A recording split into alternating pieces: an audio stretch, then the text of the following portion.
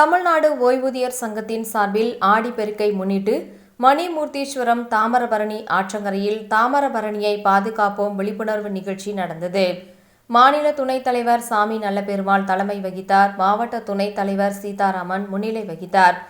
இதில் நாம் தாமிரபரணி வித்யாசாகர், அமைப்பு செயலாளர் வெங்கடாச்சலம், மகளிர் அணி செயலாளர் தேவிகா, செயலாளர் பொன்னம்மாள், சிவகாமி, மீனாட்சி நாதன் உள்பட பலர் கலந்து கொண்டனர். தாமிரபரணி ஆற்றங்கரையில் தீப ஆராத்தி, சிறப்பு பூஜைகளும் நடந்தன.